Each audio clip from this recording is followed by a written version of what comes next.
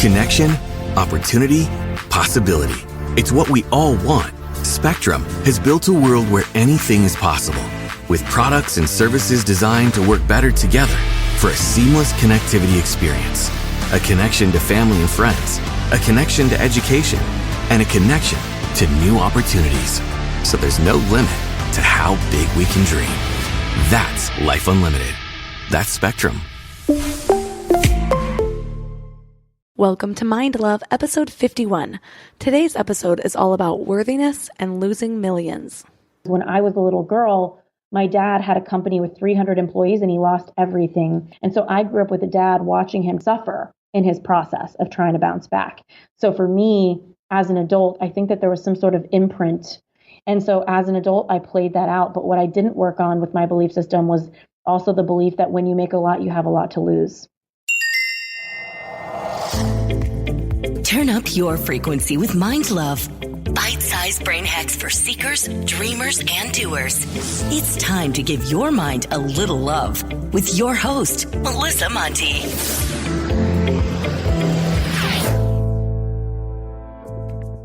First, Mind Love is a CastBox original. CastBox is the fastest growing, highest rated podcast app on both iOS and Android. And for good reason. The app is awesome. Personally, it's my favorite and where I listen to all of my podcasts. You can still listen to Mind Love wherever you get your podcasts, but I hope you'll give CastBox a try. Second, don't forget to subscribe on whatever podcast platform you're listening on, and leave a review if you can. Reviews really help to entice more amazing guests, plus it helps me grow the show, which ultimately helps me give more value to you guys. Hi friends! Did you know that 70% of people who win the lottery or come into large sums of money somehow end up broke? Crazy, right? I'm sure we'd all like to think that we would be different, but what if we're not? Listen to this excerpt from an audiobook called The Power of Ambition by Jim Rohn. He says, if someone hands you $1 million, best you become a millionaire so you can keep the money. If you don't grow to where your income is, then guess what? Your income shrinks to where you are. Become a millionaire not for the $1 million, but for what it will make of you to achieve it. This quote is part of the reason that I've been more patient with my journey of success.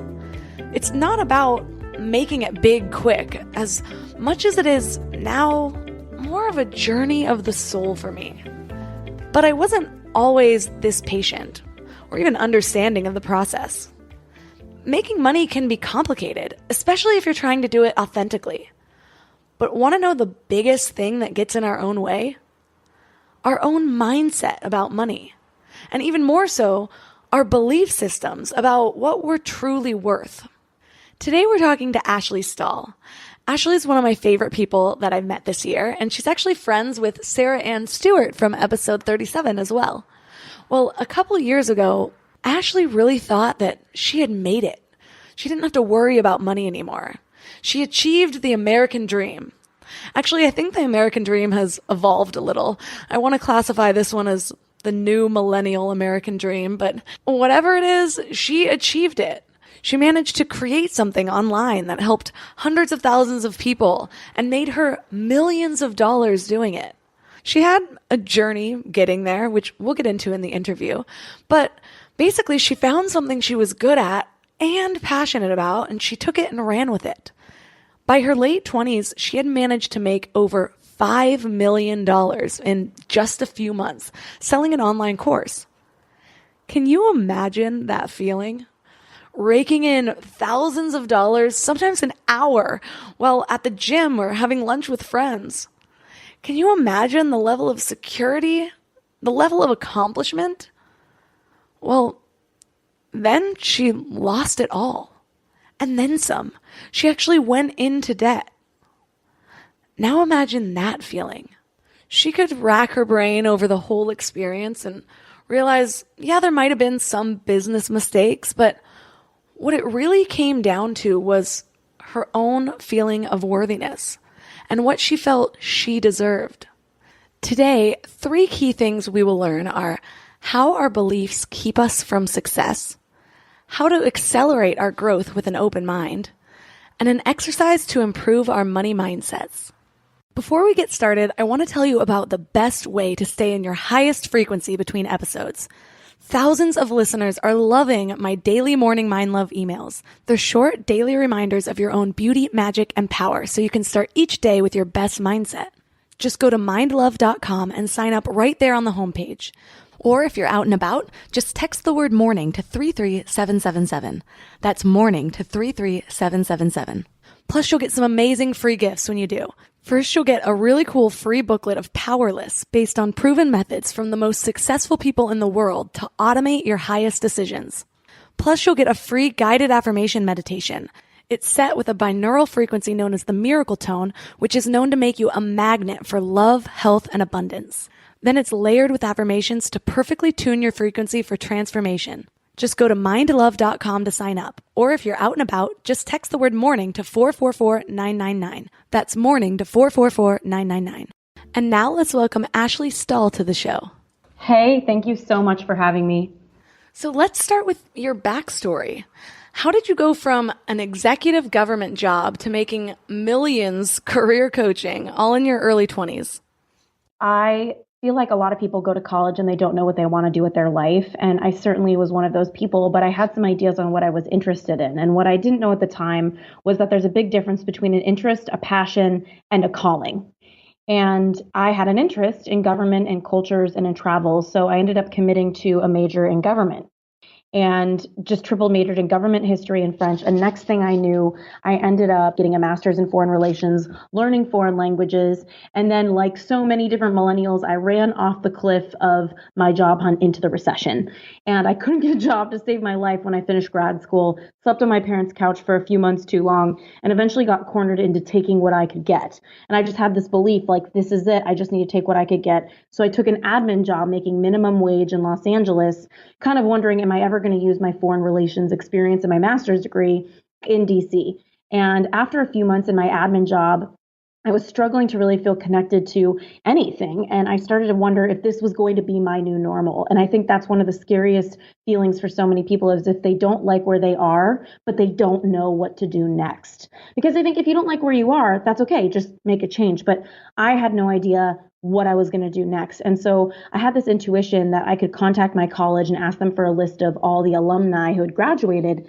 And so they had emailed me a list of 2,000 names of grads who'd moved to Washington, D.C. And as you can imagine, the nature of a government job lends itself to privacy. I had phone numbers of people who probably went on to join the CIA or God knows what. And here I am calling these people saying, hey, my name is Ashley. I'm an alumni. Would you be interested in helping me? I'm just trying to figure out how to move to DC and land a new job. I'm 23 years old. And of course, I got a lot of people hung up on me, but then I also got a lot of people who wanted to help me. And so after about 4 months of taking Arabic classes at UCLA at night, going to my admin job during the day, and making phone calls on my lunch break to people in DC, I started to get enough traction where I quit my job and moved to DC with no money in my bank account. And I ended up landing a position running a program for the Pentagon. So I literally went from an admin assistant making minimum wage to running a program for the Pentagon in a management role. I'd replaced a colonel. I tripled my salary. I had 3 job offers that I leveraged all against themselves so I could get a better salary. And I literally couldn't believe that in 6 weeks, this was the difference in my life. I so enjoyed helping so many people at the Pentagon, but what I really missed was job hunting, like the thrill of the pursuit. And so I started inviting friends over to Starbucks on the weekends where I would help them in their job search. And in that process, they always said to me, you should be a career coach. And I was like, that's crazy. Like, the only type of coach I've ever heard of is a hockey coach or like a sports coach. Like, what does somebody do? Cheer on the sidelines of your career, And next thing I knew, I ended up doing these little coffee groups. People brought friends of friends. It was totally free. It wasn't something I saw as a business. And eventually I got kicked out of Starbucks. Too many people were coming. And that was what lent itself to me launching my career coaching practice. That's incredible. How did it feel being the youngest one in the room in such a powerful position? I feel like you must have had imposter syndrome running all through your head. Or am I just projecting? Yeah.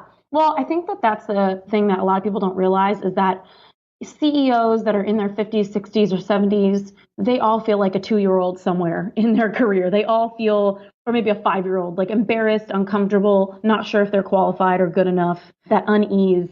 that I think so many people don't talk about. There have been so many leaders that I've coached since, whether it's on helping them figure out their purpose in the world, helping them launch a business, or even helping them job hunt after years and years in a career. Because I've helped people who are young and people who are really seasoned. And what I found is that everybody pretty much has some level of fraud or some level of not feeling like they're qualified for whatever it is that they're doing. And so for me, I really used that discomfort. One of my things I used to say to people at the Pentagon was throw up and show up. Like there were some meetings that I would literally go throw up and then I would go into the meeting because my body was just in such a panic over the meeting. I was listening to the Tim Ferriss podcast years ago, and it was an episode with Ariana Huffington. And she said that she still experiences imposter syndrome. According to research, 70% of people deal with it.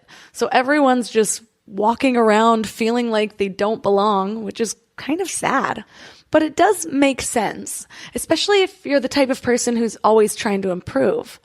Sometimes for me, I'm putting so much focus on the things that I want to become or the person that I want to be that it's hard not to see all of the ways that I'm not quite there yet.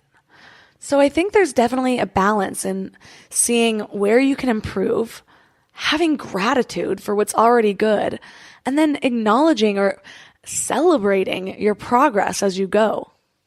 And I think that really one of the biggest misunderstandings that everybody has is around clarity, because I think that we need to stop looking outside of ourselves for clarity and start turning inwards towards ourselves to make the U-turns that we want to make and the shifts we want to make in our career. Because to me, you don't need to find clarity. You need to connect to yourself. And there are so many veils that we wear and misbeliefs and misunderstandings about who we are that are keeping us from all of the information that we already know. I can't tell you how many people have come to me, anyone from Olympic athletes to celebrities to your everyday admin assistant or marketing manager. And what I found time and time again is they already know what they want to do with their lives, but they have so many layers of beliefs that have hardened them like a lacquer around what they know, and limited them from really seeing who they are and what's possible. And maybe the beliefs are they can't make money doing that, or they're not qualified enough for that, or maybe they're in scarcity. Maybe they believe that there's only certain people that are able to do that and they're not one of them. Whatever someone is believing, usually it's standing between them and the life that they actually already know that they want.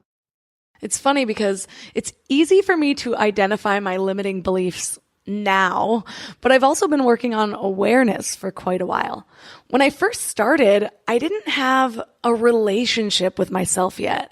I was so used to numbing instead of having to confront my demons or, God forbid, feel my feelings, that I didn't know how to listen. So listening to my body or listening to my intuition or my inner knowing was impossible because I couldn't tell that from all of the other streams of thought in my head. Our minds can be chaotic. They need taming, which is why we have to build awareness and develop mindfulness. They don't just come naturally. And that's why we learn all of these tools and techniques. But when I first started looking inward, I was like, oh my God, it's a shit show in here. I'm turning back. You know what I mean? Definitely. Oh my gosh, I so get you. And I think that it really just depends on what you're committed to in life, and to commit to the truth. The truth hurts, and people say it will set you free. But the thing about it is that a lot of times people have anxiety, and it's because they're pushing down what they know, almost like they're pushing down a beach ball under the ocean. You know, it's exhausting. Resistance takes a lot of energy. It's a lot of subconscious energy that people don't even realize they're using. They're wafting off of them.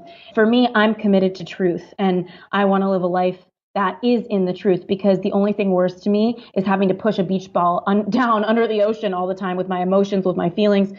But what that also means is being willing to face what's real. And a lot of the times, if I ask anybody, and for your listeners right now, if I could ask them, what do you know that you wish you didn't know? What do you know that you wish you didn't know? Because a lot of people listening right now, they probably know some sort of nugget of wisdom or truth inside of them, and it's gnawing at them, and they keep pushing it down because it's inconvenient. It's going to unravel their lives. Maybe somebody listening right now knows they should be getting a divorce. Maybe somebody listening right now knows that they need to drop out of their PhD program and eat the $100,000 they've already lost. Maybe somebody knows that they are not straight and they're dating the wrong partners, or that they need to break up with somebody. There's so many things that our own divine wisdom and intelligence knows. And we create so much more suffering for ourselves and so much more anxiety when we're not listening to the truth. And here's the deal. Either you're in anxiety because you're avoiding the truth, or potentially you're in pain because you're facing the truth. So maybe there's pain in the truth, but there's very rarely anxiety in it as well. We don't always love the truth. Sometimes it's painful, especially when we ask ourselves that question and the answers make us feel like we made a bad investment, or we feel like we have to start from zero. I was just watching a video with Marianne Williamson, and she was talking about how our biggest lessons in life come with emotional pain. I might be sad that I got dumped, but I'm in pain because I know I did something that made it more likely. I'm not in pain that I lost my job as much as I am that I think I might have deserved it. But the only way to make sure we'll do better next time is to be brutally honest with ourselves now. Before we go deep today, I want to give you a little gift, and I want to give it to you every single day. It's called the Morning Mind Love. I know how life can be. You're all fired up after an inspiring episode, and then a new day or a new challenge comes at you, and it's just hard to keep up that energy. Well, the Morning Mind Love is kind of like an oracle from your higher self to help you start each day with a positive focus. Plus, when you sign up, you get 2 free gifts, a 30-minute binaural meditation and 30 days of journaling prompts to help you remember who you truly are. And it's all completely free. So join over 9,000 people and go to mindlove.com to sign up, or text the word morning to 33777. We're all searching for something better in life, right? Better habits, better mindset, better relationships. But when it comes to hiring, searching isn't always the best approach. Instead of searching, why not match? That's where Indeed comes in. If you need to hire, you need Indeed. It's your go-to matching and hiring platform with over 350 million global monthly visitors. Their matching engine helps you find quality candidates fast. And I mean really fast. Did you know that in the minute I've been talking to you, 23 hires were made on Indeed worldwide? That's what I love about Indeed. It's like having a mindful hiring assistant. Instead of getting overwhelmed by endless resumes, you can schedule, screen, and message candidates all in one place. The platform actually learns your preferences, so the more you use it, the better it gets at finding people who align with your vision. And get this, 93% of employers agree that Indeed delivers the highest quality matches compared to other job sites. That's why more than 3.5 million businesses worldwide use Indeed to hire great talent fast. I just love that it keeps all of my hiring processes organized. I can do everything right there instead of having spreadsheets and notes and video call links. And listeners of this show will get a $75 sponsored job credit to get your jobs more visibility at Indeed.com/mindlove. Just go to Indeed.com/mindlove right now and support the show by saying that you heard about Indeed on this podcast. Indeed.com/mindlove. Terms and conditions apply. Need to hire? You need Indeed. I imagine you had to face a lot of these painful truths in the last few years. You were running a multi-million-dollar business in your late 20s, and then you lost everything. What happened? Okay, well, basically what happened was after I left the Pentagon, I came back to LA. I managed a global intelligence team for a Fortune 100 company that had staff all over the world. And during the night, I hired my first coach, which was the best and biggest investment of my life at that time. I'd spent $10,000 on her. And so for me, I sold my car to be able to pay her and started to work on my coaching practice. And as soon as I got full with my one-on-ones, I started to look at everybody doing e-courses.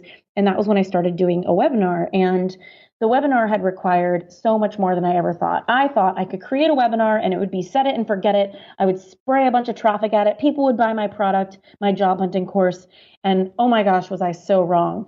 The business of webinars and selling courses online is all about tweaking, testing, and trying. And if you don't go into it with the mindset that the first thing you put out there is going to be a calibration, you're in for a really rough ride. And so I went into it and I did the same webinar performance 91 times. And at the end of the webinar, I would sell my job hunting course. And the way that these things work in e-course land is when you have something that converts, you blow it up. So basically, once you get a conversion rate where you spend X amount on advertising and it creates X amount on sales, you just up the volume. And so I had that amazing day happen for me in early 2016 in the new year in January, where I did a live webinar and it was $1,000 course. And I'll never forget 40 people bought the course and I spent $5,000 on ads. So in an hour, I made $40,000. And I remember thinking there's no way that this is going to happen next week, that this was a fluke.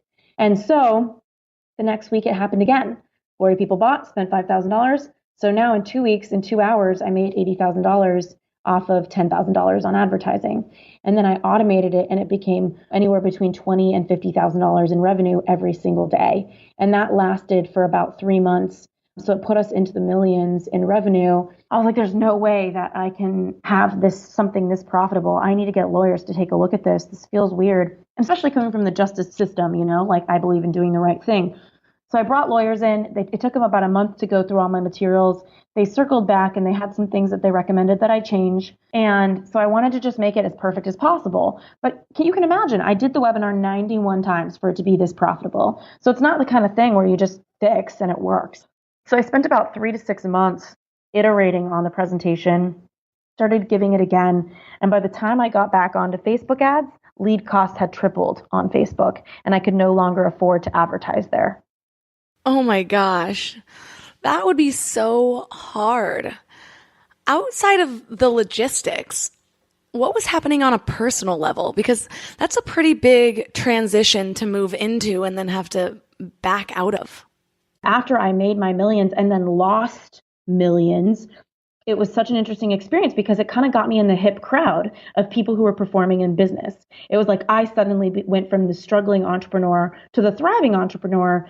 And I kind of looked around, started to build my network, and people started to take me more seriously in business groups because I would say, hey, this is what I have going on. Would love to connect and learn more about your business. And it gave me this level of credibility that I was profiting and doing really well on the internet. And it wasn't until I lost all of my money and made some bad business decisions and almost lost my house, almost lost my car because I had American Express calling me after I made $5 million of revenue and then lost $5.4 million in revenue, that I had American Express calling me saying, hey, we have to take your house and possess it so that we can pay off your debts for us. You owe us, you're beholden to us of these debts. And I rose into the occasion. I was able to earn my way out of debt. But what I was also able to see was all the beliefs I had of, are my friends going to leave me? Because these women are all 7- and 8-figure entrepreneurs. Is our friendship based on the fact that we're all successful and we all look really fancy and we can all afford these special vacations? And it wasn't until I endured that kind of loss that I was able to see what real friendship is. I was able to see who I was willing to talk to about what I was going through, and then also how they would receive me. And that was probably one of the best lessons that I've ever had. I know that you believe, like me, that our underlying beliefs create our realities. So why do you think that happened? What was the underlying belief that led to that loss? Oh my gosh, what an amazing question. No wonder you're just crushing it on this show. For some reason, I have this like white hot desire to succeed. It was like my soul wanted to know what wealth felt like, because when I was a little girl, my dad had a company with 300 employees and he lost everything. We lost our home. We had to move. We had to start our lives over. And so I grew up with a dad watching him trying to bounce back and watching him suffer in his process of trying to bounce back. So for me, as an adult, I think that there was some sort of imprint of this being the experience of wealth. And so on one hand, watching my dad as a little girl, I remember telling myself as a little kid, like 7 years old, saying, one day I'm going to be rich and I'm going to solve everything for everyone. I'm going to pay for everyone. Like nobody needs to be stressed out anymore. And so as an adult, I played that out. But what I didn't work on with my belief system was also the belief that when you make a lot, you have a lot to lose. And that was something that was so deeply wired in me. Is a lot of money is a lot of responsibility, and a lot of responsibility is a lot of room for error and a lot of room for loss. And so that was pretty much what I played out. It was almost like I had an upper limit, like Gay Hendricks talks about in the book Big Leap. It was like an upper limit problem. Like there's no way that it could be this good and that I could be this great and that I could have a course that I love and people that I want to help and that I'm going to make a lot of money doing it. There's no way that that's possible. And at that point, I think the part of me that is afraid of loss, which is so interesting when you really look at it, the part of me that's afraid of loss got a bunch of lawyers because I thought, oh my gosh, there's no way, this can't keep up. Having gone through all that and knowing what you know now, is there anything you would have done differently? I think somewhere in between, if I'm being completely candid, I think I would have let myself have the gift of success, financial success, and what that would have looked like. I probably would have let it run. I could go back maybe a few more months and built more of an audience because I had the best intentions. And I still think the Job Offer Academy methodology is an incredible course. I really believed in it. And because I think there's a lot of people who are great at marketing, but then when it comes to fulfilling on what they market, it's not so great. And I feel like I really fulfilled on creating a good course. So looking back, I think I would have pumped it harder. And then I think I would have just kept my profits and turned everything off. And being the ultimate job seeker, I'd eventually let go of my team. So I remember coming into the office one day and saying, "Hey guys, do you want the good news or the bad news?" They're like, "We want the good news." And I was like, "The good news is I found you a new job." And they were like, "What?" So there was the bad news too. And given that I have job hunting skills, I literally job hunted for all of my staff. I had 10 people working full time. And I was happy to let everyone go in the sense where I realized I'm not the type of entrepreneur that wants to have a big team. I like to have a small team. I like to run lean. And because of the nature of having 150,000 new subscribers a month, because of this funnel, the nature of having so many customers to serve and so many career coaches as employees serving these customers, it got to a place where I was like, this is a really big monster and it doesn't feel fun for me. I like to be a small shop because the more people who work on my team, the more people there are to manage. And I don't see myself as a manager. I see myself as a creator. Oh, that must have been so hard. One of the startups I worked for was going through a really big financial struggle. And one of the things that stressed out the CEO the most was just knowing that people's lives depended on his success. So I can only imagine how hard it must have been for you, especially being so young. Mm-hmm. How did you handle it? Well, first I crumbled. Like it was just ultimate terror. It's a real blessing in retrospect because there's so many of us, and anyone listening right now, if you could think, if you're listening to this, what is your worst nightmare? Like, what is the thing that you don't want to happen? For a lot of people, maybe it's death or losing a loved one or losing all their money. I think that a lot of people probably don't realize their biggest fear is losing all their money. When you really experience your worst nightmare, and in my case, because my dad lost all his money as a kid, it wasn't about losing all the money. It was that he was so stressed out and not present that with the money, I lost my dad. My dad was totally gone when he lost his money. And even just talking to you now about it, like I still feel like the heartbreak of that because I picture young me and she wanted her dad. And he was too busy having a panic attack about his bank account to really land into a level of presence with me. And so I think when it comes to who did I have to be or what did I step into? First, I stepped into being in my worst nightmare. I was in panic. Every month, the numbers were going down. The profits were going down. It cost me $100,000 to $300,000 a month on Facebook ads.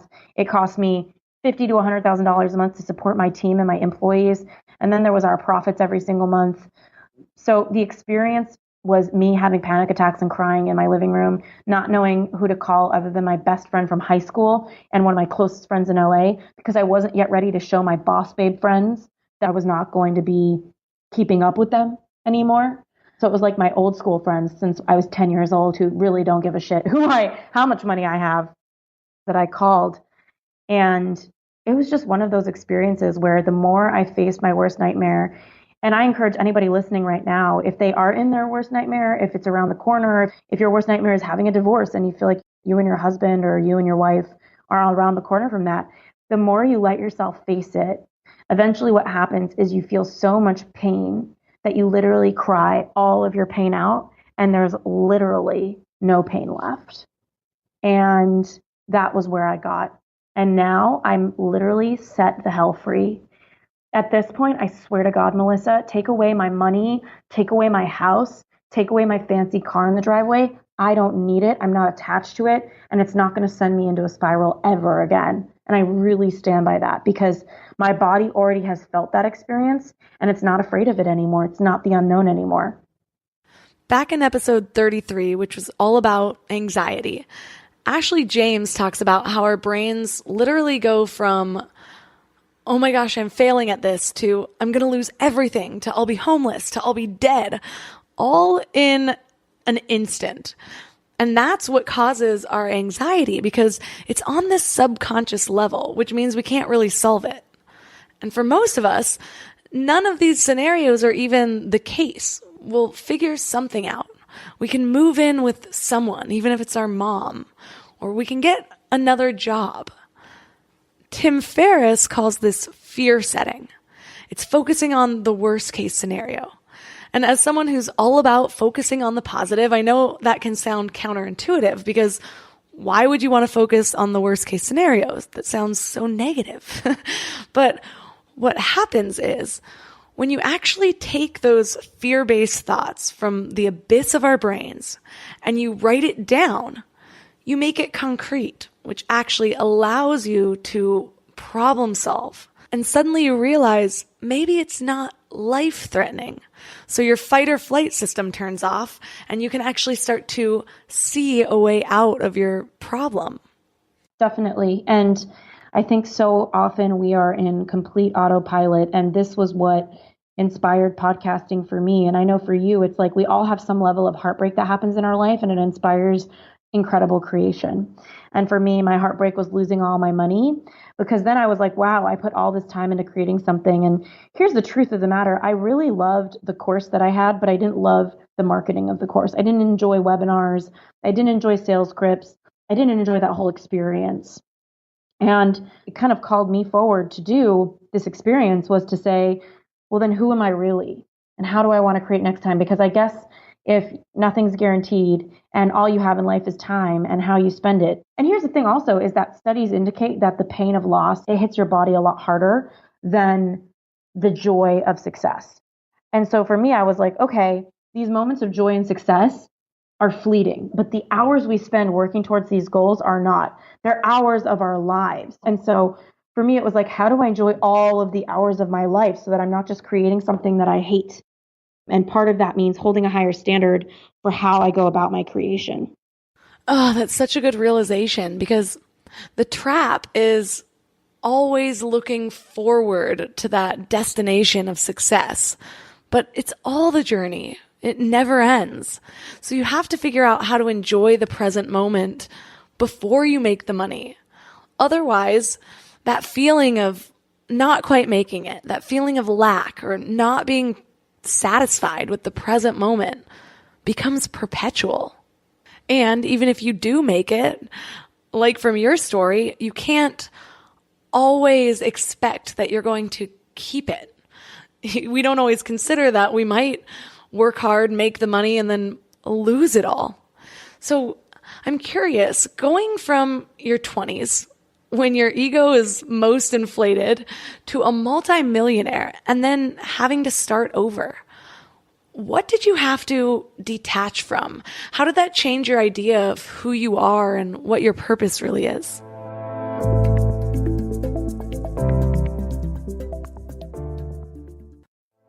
You know what I love about the start of a new year? It's kind of like opening a fresh notebook. 365 blank pages just waiting to be filled with your story. But sometimes we get stuck trying to write that story alone. Maybe there's a chapter you've been wanting to revise, or maybe you're just ready for a whole new plot twist in 2025. But here's what I've learned from my own journey with therapy. It's kind of like having an editorial partner for your life story. Someone who helps you see the patterns that you might have missed, who gives you the tools to write stronger chapters ahead. And that's why I'm so excited about BetterHelp. They've made therapy accessible and easy, serving over 5 million people worldwide. With over 30,000 credentialed therapists, each with different specialties, you can find someone who really gets your unique story. But what I love is how flexible it is. Everything is online, and you can easily switch therapists anytime at no extra cost until you find the perfect fit. And it's not just for people that are dealing with major challenges. Therapy can help anyone become the best version of themselves. So write your story with BetterHelp. Visit betterhelp.com/mindlove today to get 10% off your first month. That's BetterHelp, HELP.com/mindlove. You know what's crazy? After all these years of hosting Mind Love and talking to some of the world's leading experts, one of the biggest eye-openers for me has been just how much our gut affects, well, everything. When my gut feels good, my mind feels clear, my intuition is stronger, and I just feel more balanced. And that's why I'm excited about Zoe, a science-backed nutrition company that is totally changing how we understand our gut health. They've created the most scientifically advanced at-home gut test, and built the world's largest microbiome database. So when you get your results, you're not getting generic advice. You're getting insights about your body that other companies just don't have the data to provide. There's also just so much misleading health information out there. Food companies even pay influencers to promote ultra-processed foods as healthy. And that's why I love that Zoe relies purely on science, real science. The randomized controlled trial showed that participants were 4 times as likely to report better sleep and more energy, all thanks to the info from the largest microbiome database on the planet. So go to Zoe.com and find out what Zoe membership could do for you. And because you listen to Mind Love, you can use the exclusive code MINDLOVE10 to get 10% off membership. As a Zoe member, you'll get an at-home test kit and personalized nutrition program to help you make smarter food choices that support your gut. That's Zoe.com. Use MindLove10 at checkout. Trust your gut. Trust Zoe.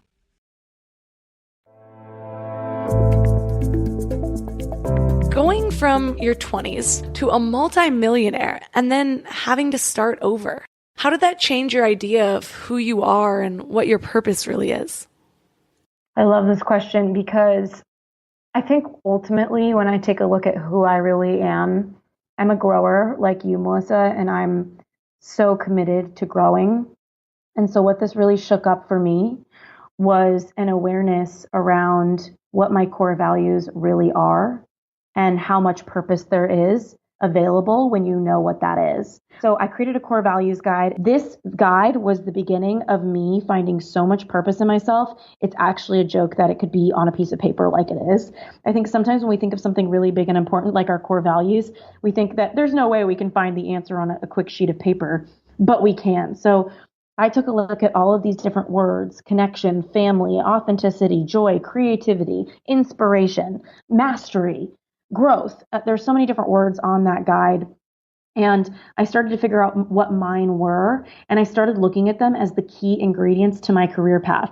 So from there on out, because I lost all my money, because I was starting at square one, I thought, okay, well, what are my core values? I learned that they're connection, creativity, authenticity, service, honesty. And then I took a list and I said, who's out there that inspires me in the world? Who's out there doing work that I'm really moved by? Or what was that moment of the day? And I started keeping a journal every single day that lit me up. So I wrote every day, what lit me up? And I would write anything from a conversation to a business meeting. It could be a conversation in line while I'm waiting for my cup of coffee in the morning, or it could be something more complicated, like a documentary that I thought was really fascinating. I wrote down every single day what lit me up. And then eventually I started coming up with a list of like, what do I want to do next in my career? What are people out there doing that inspires me? And I created this whole list and I started checking the ones that aligned with all 5 of my top 5 core values. I love that. Figuring out my values has been hugely helpful for me also because it basically narrows down your options of what you should be focusing on to feel the most fulfilled or even feel the most like yourself. There's actually this online survey that helped me figure out my values. I felt like I needed a little extra guidance because I can fall into that trap of seeing this huge list of all of these positive words and almost wanting to adopt all of them as my own. And so this survey goes through questions that are practical for daily life, and then it spits out your character strengths, which can also be used as your values. And anyone else can take that for free at viacharacter.org. But I'll link to both of these in the show notes at mindlove.com/051.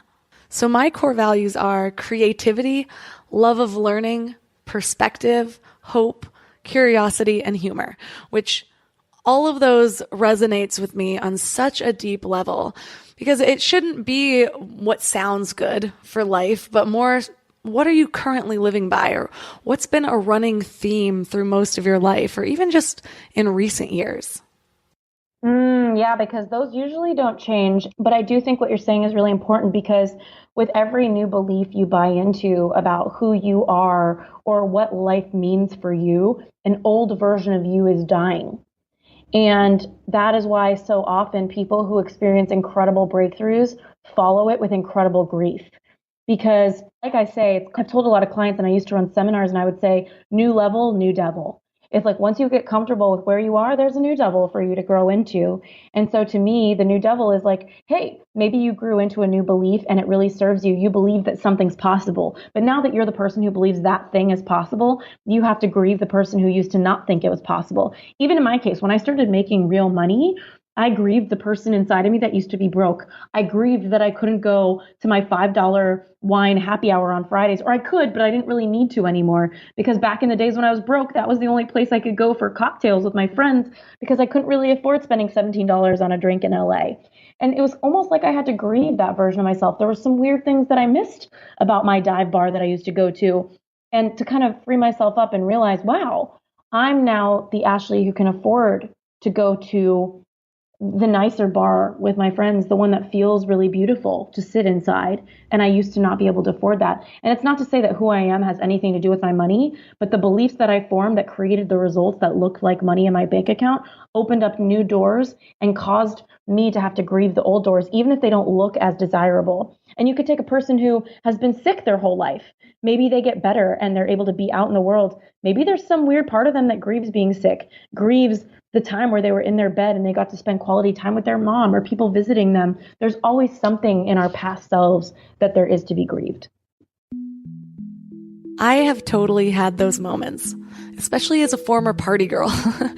There are moments that I just miss Sunday fun day and drinking rosé all day and knowing that all the responsibility lied on my boss and I could just turn off my responsibility on the weekends. But then I think, what came with that?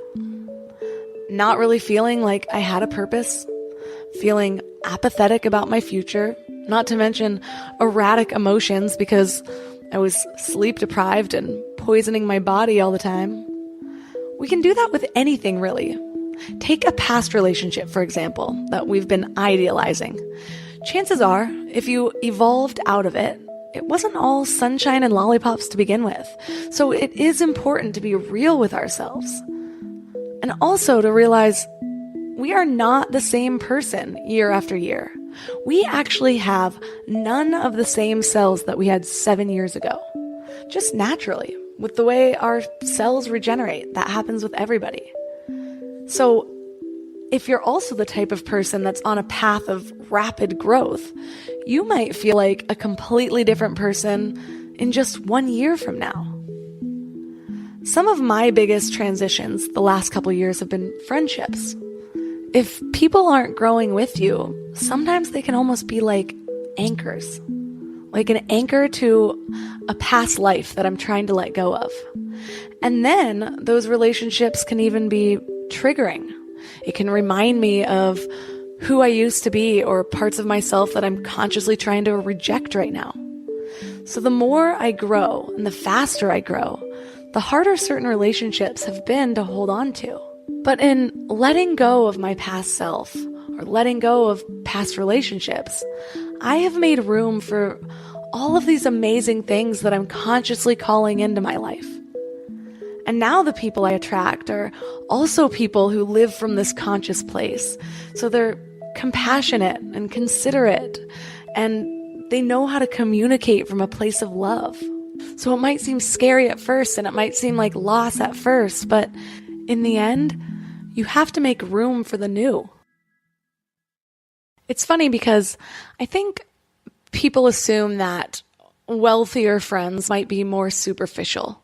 But I have found that in order for successful people to get to where they are, a lot of them have had to consciously work on themselves. And so for me, some of those friendships are even stronger. So I'm curious, with your experience of making millions and evolving into these high-level friendship groups and then losing everything, you mentioned that your fear was how those friendships were going to hold up. So how did that turn out? Well, I think this is actually just a lesson on intuition, because fear gets in the way. You know, we're all highly intuitive beings. And I knew in my heart that there were certain friends that I trusted would show up for me and wouldn't see me in a different light. And I also kind of knew who wouldn't make themselves available for me, but I was in so much fear that it blocked me. And that's how intuition works, right? Your intuition isn't clean when you're attached to an outcome. And the outcome I was attached to was keeping my friends. And so it kind of blocked me from seeing if they would step in for me or not. But pretty much every single person that in my heart I knew would really want to be there for me has been. And there were moments where they would run a seminar with 1,000 people and they would be the host and sharing all of their coaching and their content. And what blew my mind was that even when I was broke, they would call and say, "Hey, Ashley, can you be a speaker at my seminar?" And I'd be like, "Who am I to speak at your seminar? I just lost all of my millions of dollars. You don't want me to teach anybody anything." And they'd be like, "What are you talking about? You're one of the best copywriters that I know. You know everything about it. You're just blocked right now, Ashley. You're just man down. You're going to come back. What are you talking about? You have so much to share with these people." And for them to see my worthiness in the moments that I wasn't willing to step into it was such a powerful vehicle of being seen and remembering who I already am. What you just said was so important, that your friendships were able to reflect your worth back to you. That's one of the biggest reasons it's so important to be selective about who you surround yourself with. They say you're the sum of your 6 closest friends, and that's because relationships are mirrors. So if you're surrounding yourself with people who don't see worth in themselves and don't feel a love for life, you're going to absorb all that.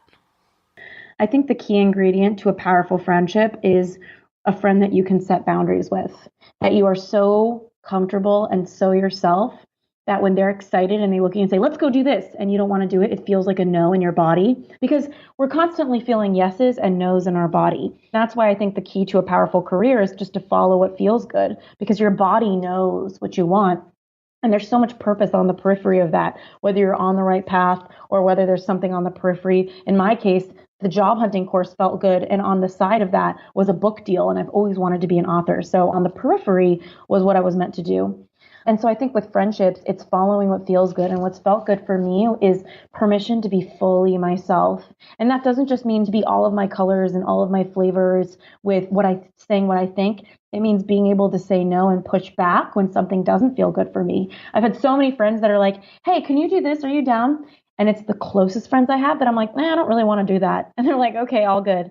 Because when I do that, they have permission to do the same with me, and it sets them free in such a profound way. My best friend, her name's Nicole Napavar, and she's a therapist in Los Angeles. And she was telling me the other day, I am the only friend she has right now that she doesn't think after she says no. That is so good. It's already hard enough saying no, probably because I'm a people pleaser. And a lot of times there's a part of me that wants to say yes also, but I'm trying to grow beyond my old self. So that takes making different decisions than I used to. I recently actually had a friend get upset with me because she said, I only hang out with her when it fits my schedule. But isn't that how it's supposed to be? Obviously, I would open up my calendar if it was an emergency, but otherwise, planning and being diligent with my time is a big part of trying to create something successful or create something bigger than myself. And it's especially hard when you're your own boss, because if you have a corporate job and somebody asks you to hang out on a Tuesday afternoon, you just say, no, I have to work. But when you work from home, people just expect that you're going to be able to move things around. But that is a slippery slope. Yeah, definitely. And here's the thing in life, I found that anybody who's dating right now, for example, we talk a lot about finding the right person. And I found that life isn't so much about finding the right anything. It's about saying no to the wrong everything. And that frees your energy up. How many people do you know right now that are in a relationship that when you really look at it, they're not happy? It's the wrong relationship for them. And it's like, you don't need to go out and find the right person. Just keep saying no to things that are wrong. And it's the same with your career path. Keep leaving those jobs that don't feel good for you. Keep leaving those business ideas that don't feel fun for you. On the outside, I look like a scattered person because I have so many interests. But what I'm really doing is I'm really someone who's just not afraid to pursue my interests and abandon them if they don't work for me. It's not like I'm going to start a company and leave all my employees. I'll give it my all, just like I did with my first company. But what's true is that I'm also willing to keep following that, you know? Yeah, well, you're calibrating. Just like you said with Facebook ads, you start somewhere and then you keep tweaking until you hit the sweet spot. You don't get attached to one version and say, well, this one looks the best, or this slogan is my favorite. You pick the one that works, that resonates. And the same goes for life. You try things on, you take some leaps, and as you do, you learn new information. People give a bad rap to changing your mind, but there is power in changing your mind. It shows that you're really open to whatever new information comes your way. Just because you said yes to something once doesn't mean you have to stick to it forever. You might learn that you don't actually like it, or you might grow from the opportunity and then be ready for something else. The more open you are, the more you'll actually be able to feel the signs from the universe, and the more you'll feel guided. And that's where your values come in, because your values are like that through line that help you feel fulfilled and help you feel like you're on the right track, even if you are switching from one thing to the next. It's so true. It kind of reminds me what you're saying of Byron Katie. She wrote the book Loving What Is, and her big thing is, I love you until I don't. It's true until it's not. And to speak like that and to look at life like that is to honor our human experience as individuals who are constantly growing, changing, and wanting new things. And to love ourselves enough not to box ourselves or commit ourselves into things that we don't actually know who we're going to be later, if we're growers especially, which your audience must be listening to the show. You're such a grower, Melissa, that everyone here who's listening most likely isn't going to be thinking the same thoughts this time next year. And I don't blame them. I don't want to be the same Ashley Stahl at 31 as I am at Ashley Stahl at 35. I want to be different. And as is the case with marriage and even business partnerships, you're not just marrying a guy who's 30 years old. You're marrying someone who eventually is going to be a dad, and you're not going to know who he is until he's a dad. If you're going to have kids, you're marrying someone who eventually is going to start some sort of business and be an entrepreneur, and you don't really know what that version of them is either. It's the same case with business and creation. We're creating something, we marry ourselves to it, and maybe it evolves because we do. I think sometimes we get so attached to things because we assume that if we made a decision or if we reacted in a certain way, that there had to be a logical reason for it. But a lot of times there's just not. So there is power in understanding that, in understanding what it means to be human. Because what it means is that a lot of what we do are just these chemical reactions. Our brain is a record of our past. So our reactions are actually just hardwired in our brains based on things that we've gone through before, experiences that we've had. And then we seek to validate those reactions even more. So we look for things from our environment that reaffirms our beliefs of who we think that we are. And this is the perfect formula to creating a future that looks exactly like our past. But if we want to move beyond our past and move beyond who we have been, we need to consciously make choices that don't feel familiar. We need to zoom out from our current state and be the observer of our emotions instead of attaching to them. We've all heard, let go of that which no longer serves you. But the process of that is first to bring awareness, then to detach yourself, and then you have to step into the unknown. You have to make an unfamiliar decision. And you have to know that you might feel uneasy while you're doing it. But that's how you make room for who you want to become. It's what lies in that unknown. Yeah, definitely. And I think far too often we constrict ourselves by putting time limits or wanting to know the answers now and being in the unknown. When I got a master's in spiritual psychology, they called it the divine unknown. And it is. And I think we've read a lot of quotes that say life is only as successful as your conversations that you're uncomfortable in, or you're only as successful as your willingness to fail. I think we're only as successful as we are willing to regulate our nervous system. And that's what really life is about, is being able to step into these moments where our body is in panic and learning and training ourselves to hold that and to be able to keep moving forward. My current author obsession right now is Dr. Joe Dispenza. And he said, memory without the emotional charge is called wisdom. So I love what you said about learning to control our nervous system. Our emotions are what attach us to these outcomes. But if we can become the observer, that's what actually opens up every possibility to us because we're no longer beholden to our past experiences. He says that's what allows us to become limitless. So in your situation, in order to create all the wealth that you did, you had to let go of your past self. But then you had to let go again to get through that loss. So having gone through all of those stages of wealth and then back again, how did your beliefs about money change? And what did you have to do to strengthen yourself to bounce back? Such a great question. Well, I mean, money is neutral, right? We've all heard that, and it's just really how you hold money within yourself. So anybody right now listening can figure out what they think about money and what they're holding subconsciously alone. If I say to someone who's listening, fill in the blank with your gut reaction. What is the first word you think right now when I say money is blank? Fill in the blank right now, first word. Maybe some people are going to say amazing, but a lot of people who listen in right now, they're going to say money is greedy. Money is hard. Money is lonely. Money is difficult to make. People have different beliefs about it. But to me, money is neutral, and it's really just how you hold it. I used to have a belief that money would kill me or that money is something you lose. And I've been working on that so much. One exercise I did for the longest time that I think I talked about recently on a podcast was about how every single morning I would write from the voice of my beliefs about money. I would write the part of me that was in scarcity, the part of me that thought I was going to lose it all. So every morning in my journal for about a month, I wrote, I'm going to lose it all. Everything's going to be gone. I can't keep it. Money's going to kill me. This is going to take everything away from me. When I was going through all my losses. And that was all part of crying all of my tears and saying everything I had to say to face the facts of the loss that I was enduring.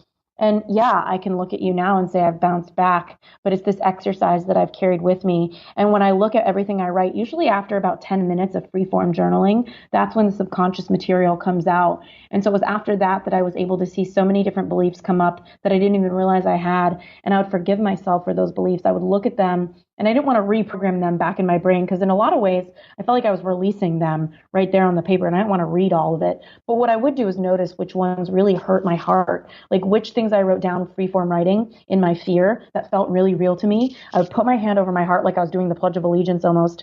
And I would say, I forgive myself for buying into the belief that I am going to lose it all. The truth is I'm capable. I'm surrounded by people who can help me and I'm going to create it all. That's beautiful. Our lives reflect our worth. So look around right now. What is your life like? How do the people around you treat you? Are you satisfied with your job? Do you feel love and support? Your life, the things that you're seeing right now, those things are a reflection of your beliefs about yourself.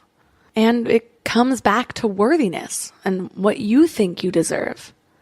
It's interesting because if you choose a path like you and I of wanting to help people on a larger scale, you have to make yourself vulnerable. Suddenly we're just more visible. We're sharing our story with the world. We're opening ourselves up to feedback, whether we want that feedback or not. And you have openly shared about haters. But even if you're not in the public eye, whether it's social media or judgy coworker or just someone we happen to rub the wrong way, most of us have dealt with haters in some form. So how do you deal with haters in a way that doesn't affect your self-worth? If anybody listening right now feels like they're only as happy as their next business deal, they're only as happy as the job they have, then in some way or another, their worthiness and joy is tied to their work or their bank account. And in my case, when I really took a look at the haters, what it was triggering inside of me was the belief that I'm going to lose it all, that I had so deeply entwined in myself since I was a little kid. And so for me, it wasn't so much about the haters as much as, of course, because it's not about the issue, it's how you relate to the issue, right? Like it's not an issue unless you're relating to it like it is one. And that's why you see people who are poor and happy, and then you see people who are rich and not. Like there's something about how they're relating to money that is making them different. And in my case, I had to find a balance between reading what they had to say because I was curious and forgiving myself for whatever I believed about myself. And the biggest thing I watched out for was, what do I agree with them on? Because that hurt the most, is if they called me out on something I agreed with. In my webinar, I sell, and I opened it up for 15 minutes for them to join me at a discounted rate. And they're like, God, wait for her to corner us into having to buy something, giving us only 15 minutes. She's like a used car salesman or something like that. that hurt me because I agreed with them. I was like, yeah, I really don't like having to sell something with this kind of urgency.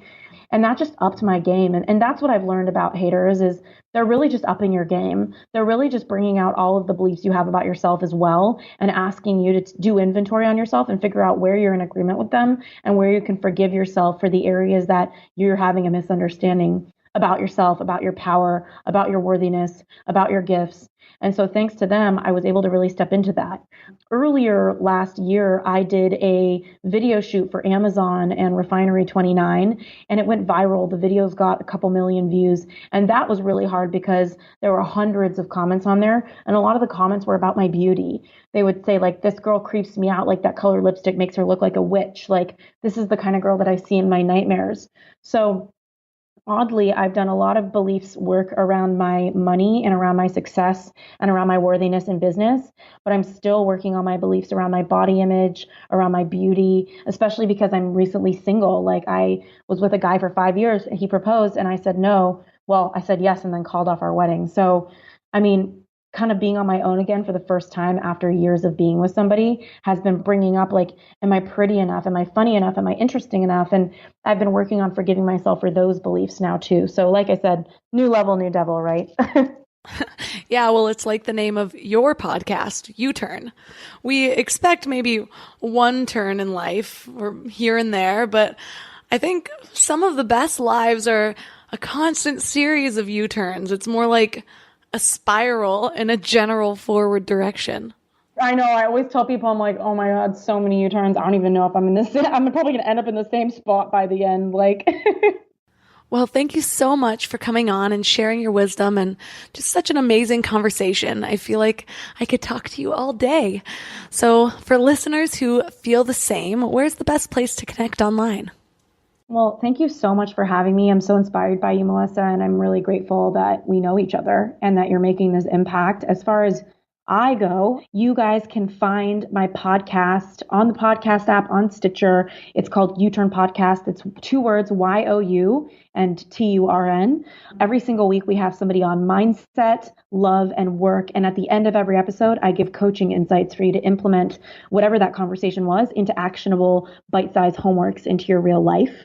And then otherwise, I'm writing my book called U-Turn, and I'm running Cake Publishing over at cakepublishing.com, all about how to get ghostwriters, copywriters, or publicists to support people in their business. And I'm still mentoring women a few times a year on their career or on their business over at ashleyinternational.com. So there's all the places you can find me. All of the links and books mentioned in this episode are at mindlove.com/051. This conversation made my week. I love talking to Ashley. I just feel so stimulated and inspired every time we have conversations. And, you know, she's one of those people that I feel like I made room for. And suddenly I'm making more friends like her and having more conversations like those. And it's amazing. The more open you are and the less you attach yourself to things, the more you make room for something greater. It's our egos that attach and identify with things, but our souls, our essence, wants to float free from experience to experience without that attachment. Our attachments are like leashes anchoring us to matter, but the more we let go, the more freedom we have.